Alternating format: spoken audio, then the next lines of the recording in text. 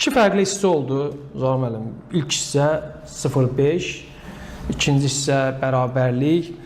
Qarabağ nə isə dəyişdi, yoxsa Newcastle bir qədər sakitləşdi? Nə demək olar? Belə deyək, Newcastle maçın tayini 33-cü dəqiqəyə qədər artıq həll etdi. 4-0 və çox aqressiv başladılar, presinqlərdə başladılar və sürətli hücumlara çıxırdılar ki, bunun da nəticəsində Qarabağın futbolçuları çoxlu səhvlərə yol verdi.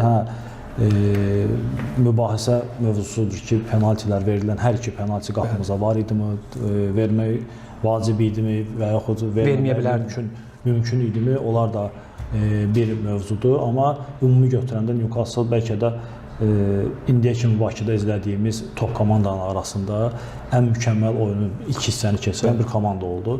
Və bunun nəticəsində birinci hissə 5-0 hesabı ilə bitdi və aydın məsələdir ki, onlar da növbəti oyunları Çempionlar Premier Liqada səhv eləmirəmsə Manchester City olmalıdır, səhv eləmirəmsə və güclərini qorumağa başladılar və bundan əlavə Qurban müəllim də beşli müdafiə sisteminə keçdi, 5-4-1 sistemi ilə başladı ikinci hissə, daha çox qapandılar və sakit bir ikinci hissə izlədik.